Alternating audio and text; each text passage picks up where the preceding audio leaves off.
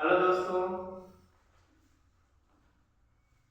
मैं आपका मित्र तीर्था। मेरे YouTube चैनल तीर्था कोचिंग मैथ्स क्लासेस में आपका हार्दिक स्वागत है। तो आइए आज हम अगले टॉपिक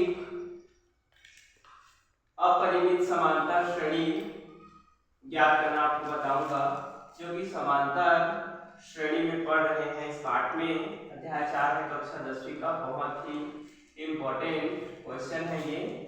तो चलिए फिर स्टार्ट करते हैं और हमारे इस वीडियो के माध्यम से हम आपको अपरिमित समांतर श्रेणी बनाना सिखाएंगे।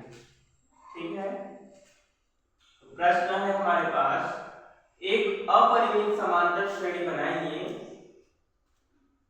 जिसमें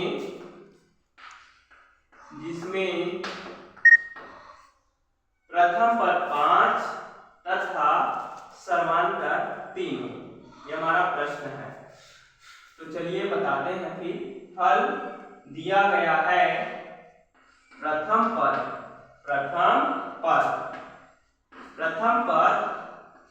पद को हमेशा हम a1 से दर्शाएंगे। a1 बराबर 5 तथा समांतर दिया है, तो इस समांतर को यहाँ पर लिखेंगे तथा सर्वांतर मतलब होता है कॉमन डिफरेंस, तो इसे d से दर्शाएंगे और d बराबर दिया गया है यहाँ से वैल्यू 3। इस प्रकार से लिख सकते हैं। चूंकि प्रश्नानुसार कहता है, अपरिमित समांतर श्रेणी बनाना, तो लिख सकते हैं यहाँ पर अपरिमित समांतर श्रेणी बनाना। प्रश्नानुसार अपरिमित समांतर श्रेणी बनाना, तो इस प्रकार हमारा बनेगा। इस प्रकार लिख देना, कॉमा लगाना, फिर समांतर श्रेणी लिखेंगे। समांतर श्रेणी और समांतर श्रेणी इसके बाद लिखेंगे। हमारे पास जो प्रथम पद है ना 5, इस 5 को आप यहाँ पर लिख दो।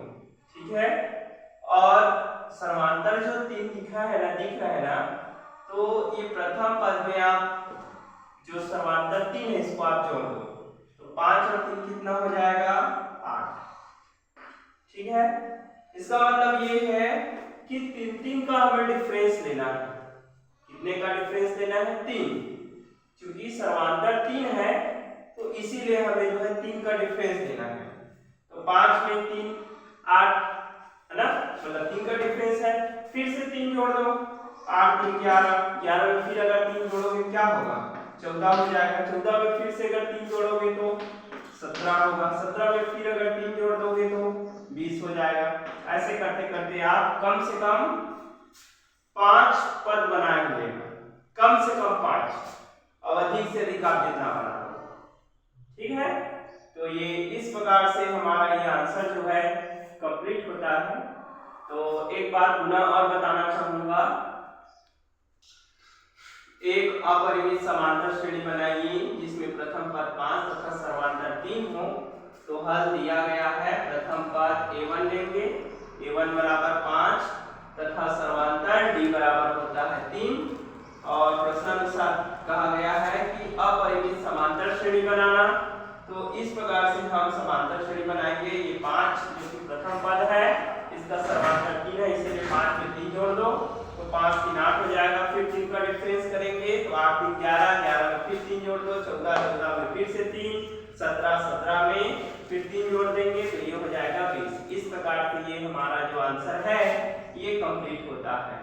अब इसमें आपको मैं जो है होमवर्क दे रहा हूँ, क्वेश्चन दे रहा हूँ, जो ऐसे ही बनेंगे, सेम टू सेम बनेंगे। ठीक है, तो हमारे इस वीडियो में बने रहिएगा। मैं आपको क्लास वर्क और होमवर्क जितना टाइम मन लगे उतना टाइम आप बना के देखिएगा। तो इसमें आपका जो प्रथम पद दे रहा हूँ वह इसमें 5 है।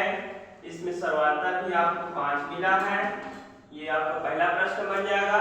दूसरा इसमें आपका प्रथम पद 7 है, इसमें भी आपको सर्वांतर में हम 7 दे दिए। फिर इसमें प्रथम पद 4 है, सर्वांतर इसमें 3 दिए हैं।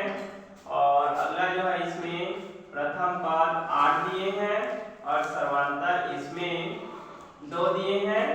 फिर अगला क्वेश्चन इसमें है प्रथम पद 10 और सर्वांतर भी 10 है।